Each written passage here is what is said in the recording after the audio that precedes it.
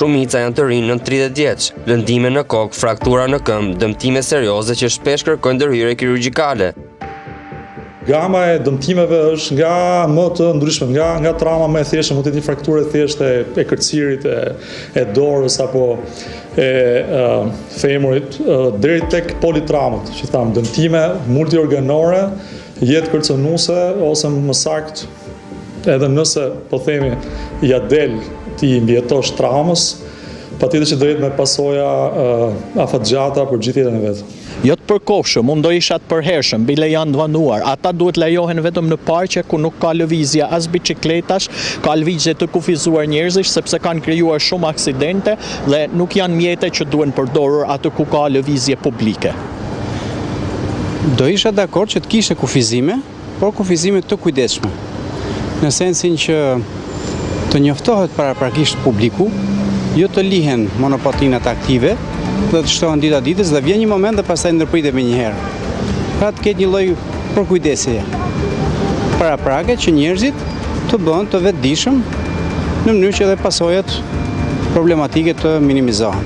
Pra ju thonë që mund të bëhet sot për nesër, u njoftua dje nga ministri dhe sot nisi aksioni.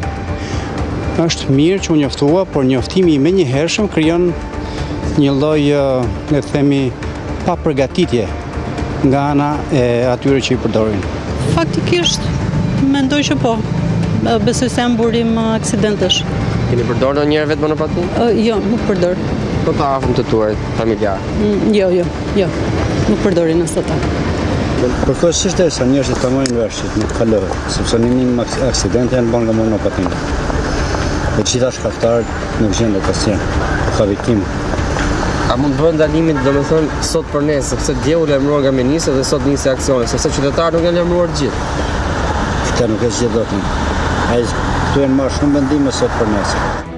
Por askush prej përdoruesve nuk ka sigurim, sepse ligjërisht monopatinat nuk ekzistojnë si mjet rrugor në vendin tonë. Policia e Shtetit dhe Ministria e Brendshme, për të sekuestruar monopatinat, përdoruesve të tyre i pyesin nëse kanë ose jo dokument pronësie të mjetit, dhe nëse nuk kanë dokument pronësie të mjetit, atëherë i sekuestrohet monopatina. Policia dhe Ministria e Brendshme kanë zgjedhur këtë rrugë pasi ende nuk ka një listë të posaçëm që ndalon monopatinat.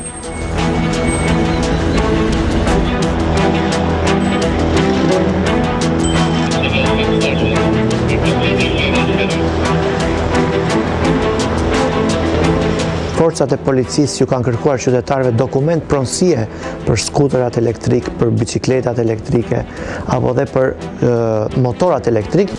Nuk ekziston një kuadër ligjor që bashkon eksaktësisht kod rrugor, pasi për të bllokimin e një prone private do të mbështetesh edhe në kodin penal apo kodin rrugor që është jashtë kompetencës time.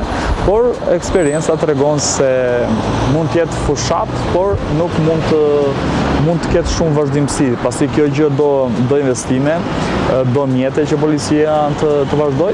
Unë do rekomandoje që drejtoria e përgjithshme të ngrej një strukturë të veçantë, ku mund të angazhoj një strukturë të vetme që mund të jetë në të gjithë Shqipërinë, nuk mund të bëhet kjo gjë vetëm në Tiranë. Në Tiranë operojnë disa kompani që ofrojnë monopatina me qira nëpërmjet aplikacioneve. Por me ndalimin e përkohshëm, këto kompani nuk kanë asnjë udhëzim se çfarë duhet të bëjnë. Ato të ndalohen edhe aplikacionet, apo ndalimi vlen vetëm për qytetarët.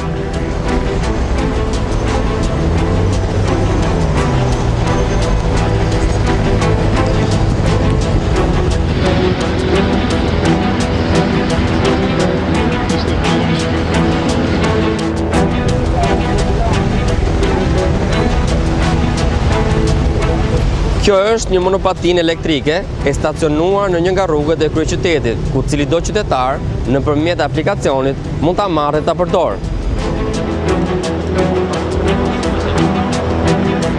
Të mos përdoren si biznes, por lejon vetëm në private. Dhe duhet përcaktuar jo vetëm fuqia e këtyre lloj mjetet të cilat duhet jenë deri në 0.5 kW, 500 W, gjithashtu duhet të përcaktohet dhe mosha e këtyre. Duhet të përdorin kaskë mbrojtëse dhe duhet të kenë ndriçim para dhe mbrapa. Gjithashtu gjatë qarkullimit natë duhet të kenë fosforisqena me qëllim që të dallohen nga përdoruesit e tjerë të rrugës. Qendresa qytetare ka reaguar ndaj nismës së Ministrisë së Brendshme dhe policisë duke cilësuar se antiligjore.